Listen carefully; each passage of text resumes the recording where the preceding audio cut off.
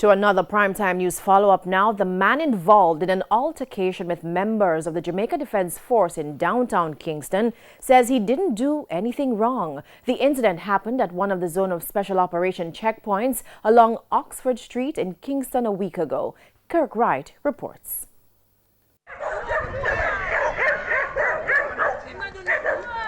Today, we received a longer video recording of the altercation between a West Kingston man and soldiers at the checkpoint on Oxford Street in downtown Kingston.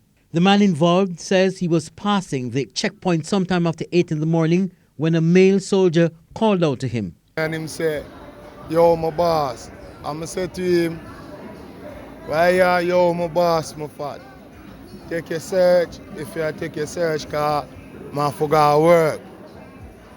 The female sergeant sitting in the chair, she did up on her phone. She get up now and I say, "But hey, big boy, how you going so for so?" In the honest truth, I just bright up about myself with her. I say, "Who you talk to?" She start get her agitated, she jump up and start drape up my clothes and them thing there. The man said he then called out to the other two soldiers on the scene for them to let her release him. But he says, even then, the female soldier refused. After that, no, she not take her hand off of me, so my staff will proceed to take her hand off of me. Which she didn't like, which lead to an altercation where she did box me in my face a couple of times with you just sit on camera and drag me around in the road. And be a thing before the whole altercation with me and them before me decide to start defend myself. The man says he's at a loss as to why they would want to stop him because it's not the first time he was walking past that checkpoint. I saw this all alone. So you didn't do anything to aggravate them? Well, for what reason?